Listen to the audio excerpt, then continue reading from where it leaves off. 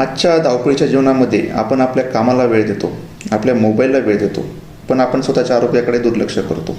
याचा परिणाम असा होतो की आपल्या शरीरातली साखर जी आहे ती हळूहळू वाढत जाते शांतपणे, आणि त्याचे रूपांतर मधुमेहामध्ये कधी होते हे आपल्याला कळतच नाही. हे टाळण्यासाठी आपण रोज व्यायाम केला पाहिजे, 30 ते 35 मिनटं वॉकिंग केली पाहिजे किंवा कार्डियक एक्सरसाइज केलं पाहिजे. वजन नियंत्रणात ठेवले पाहिजे. वजन नियंत्रणात ठेवण्यासाठी कमी कॅलरीज म्हणजे गोड पदार्थ टाळलेले बरे. त्यानंतर ताणतणावापासून दूर राहणे.